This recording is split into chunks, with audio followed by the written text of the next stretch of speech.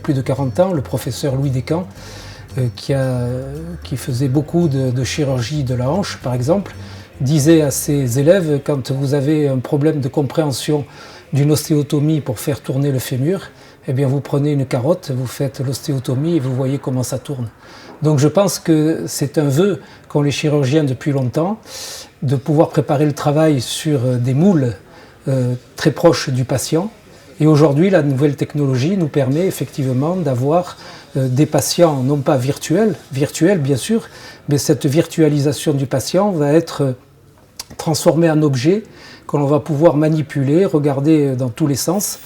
et de façon à pouvoir donc savoir quelle est la meilleure ostéotomie et la meilleure correction à faire, préparer les interventions de façon à ne pas avoir à improviser une fois que le patient est ouvert, puisque nous sommes dans des temps impartis, nous ne pouvons pas revenir sur le travail le lendemain, donc nous sommes obligés d'intervenir dans des laps de temps relativement courts, entre 30 minutes, 2 heures maximum si on est sous garrot. Et donc on est obligé de préparer le travail pour donner aux patients les meilleures chances d'avoir une bonne correction et un bon résultat. Depuis 1 an et demi, on a fabriqué, j'ai fabriqué en collaboration avec la technologie de monsieur Toulek, des cas cliniques qui ont permis de préparer des interventions chirurgicales sur des sujets à opérer difficiles. Et c'est lorsqu'on a vu que ça avait un intérêt pratique, surtout pour le patient, d'améliorer nos techniques chirurgicales, de fabriquer éventuellement avant l'intervention un produit fini, surtout une plaque ou d'interposition, ou bien mettre en place une vis, que l'on s'est rendu compte de l'intérêt qu'il y avait à utiliser cette technologie nouvelle.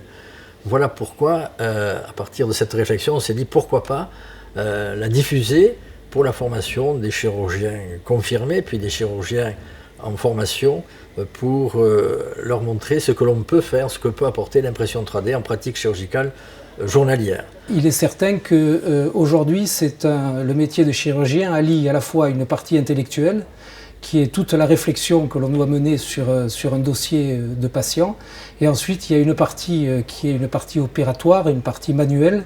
qui va compléter cette partie intellectuelle, et bien entendu cela s'effectue dans un rapport interhumain.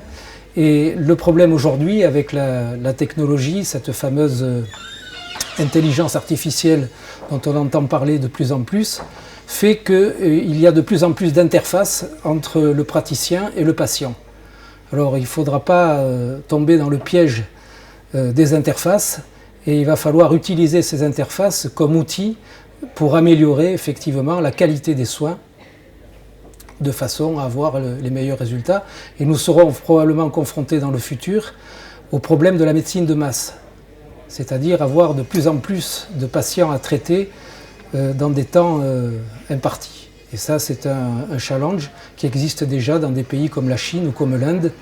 donc à grosse population, où il va falloir penser à une organisation différente des soins. Donc nous sommes dans une phase de mutation très probablement. Ça ouvre quand même une perspective future extraordinaire, c'est-à-dire que pour l'instant c'est la main du chirurgien, mais je pense que dans les années à venir,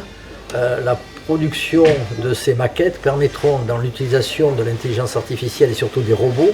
de prévoir le type de réalisation technique, surtout d'ostéotomie, et de la calculer, je dirais, au degré près, ce qui sera le summum de la réalisation sur le plan scientifique. Maintenant, l'application clinique, il faudra quelques années pour la mettre en application dans les chirurgies de tous les jours. Mais déjà, c'est un concept qui permet aux chirurgiens de se poser des questions, d'opérer le patient en connaissant les difficultés techniques, en les ayant préparées, évaluées, et ne pas le lendemain matin se trouver face à un pied